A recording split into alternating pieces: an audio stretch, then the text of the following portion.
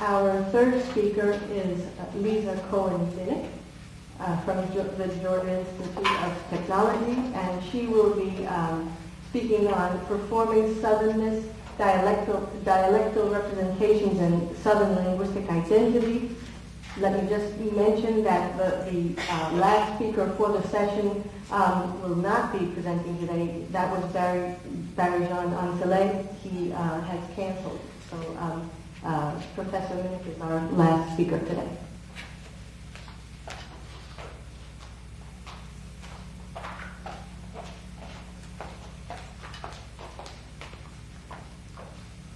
First, a quick disclaimer that in the 20 minutes that I have to talk to you, I'm not going to cover anything even remotely close to the things I promised in my abstract.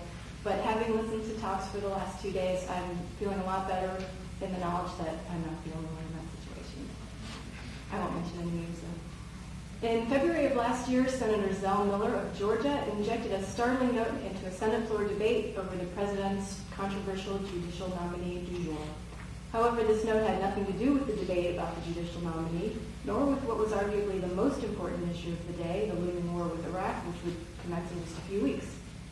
The Zell Miller moment was an attack on CBS for their plan to produce a new TV reality series, The Real Beverly Hillbillies, in which a family from the rural South would be relocated to a Beverly Hills mansion to spend a year in front of TV cameras for the amusement of the viewing audience.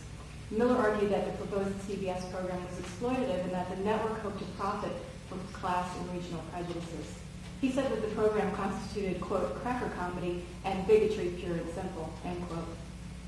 With the impassioned delivery, not to mention strange timing, Miller's speech received a lot of media coverage nationwide and generated quite a bit of discussion about reality TV in general and the relationship between media representations and public perceptions about group identity in particular. While many news outlets simply reported the speech as a newsworthy interruption to the Senate debate, with some reports highlighting the humorous non-sequitur angle, a few of the stories raised some interesting questions.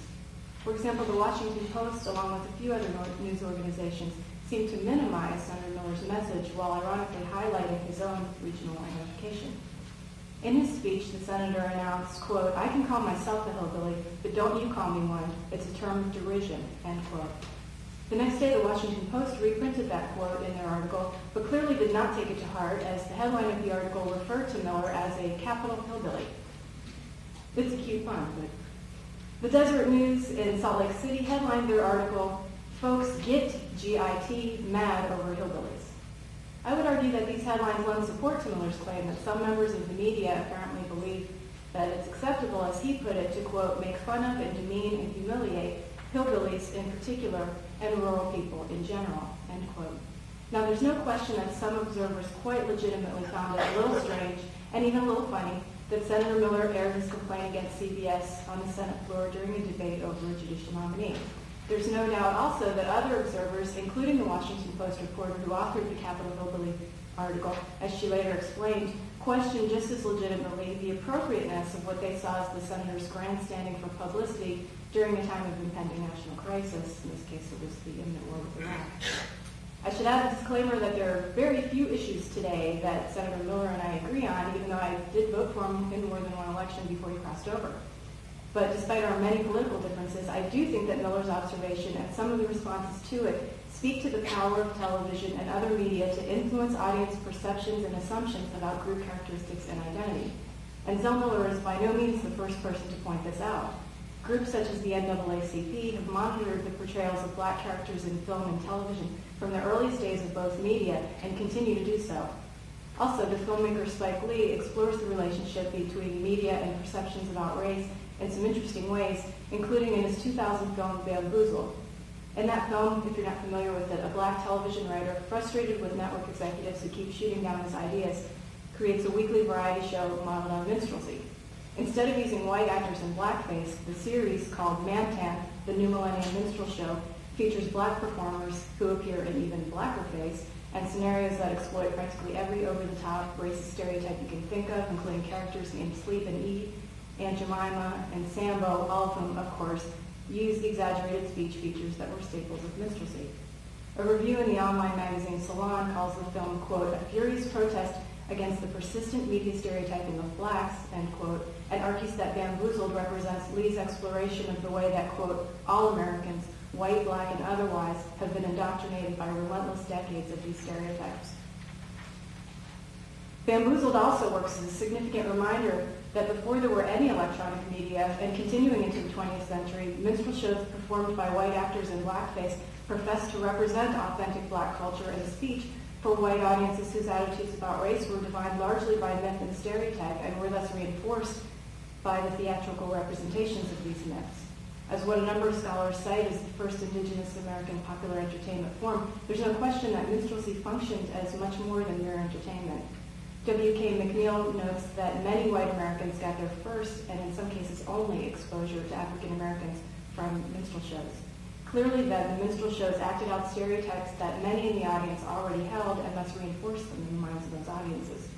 Minstrelsy then is an excellent and disturbing example of how stereotypical representations and perceptions about ethnic and regional identity can be constructed and reinforced, and the role of dialect was pivotal to those constructions.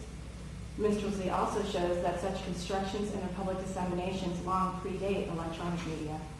In fact, even long before minstrelsy entered the American landscape early in the 19th century, the earliest traditions of dialectal representations in English language literature deployed vernacular speech specifically to reinforce beliefs and attitudes about language varieties and the people who spoke them. My claim is that 20th and 21st century deployment of dialect in electronic media simply continues traditions such as those introduced in early English language dialect writing and then perfected via performance conventions like minstrelsy, only now reaching an exponentially wider audience. Seen in the wider context of the role of literary dialect representations in establishing and reinforcing linguistic norms and attitudes about class, region, and race, it's clear that these kinds of portrayals continue to serve norming functions in electronic media, including film and television, by aiding in the ongoing construction and reinforcement of regional and ethnic images and stereotypes, especially those associated with African Americans and also with Southerners of all races. The earliest dialect writing in English used dialect for humorous effect, and these works were among the opening arguments in literary negotiations over the status of particular varieties of English, essentially a debate over dialectal supremacy. These dialect comedies became popular among the literate in England and led to what Renaissance scholar Paula Blank has identified as a rise in literary dialect that aimed to authorize a prestige form, differentially value language varieties, and thus emphasize distinctions among speakers. In post-Renaissance writing, some British writers used dialect as a tool for distinguishing the speech of non-Londoners, who were usually portrayed as linguistic and social inferiors to highlight differences that were seen as correlating to region. In other words, literary dialect functioned both intra- and extra-textually as a signifier of regional identification and social status.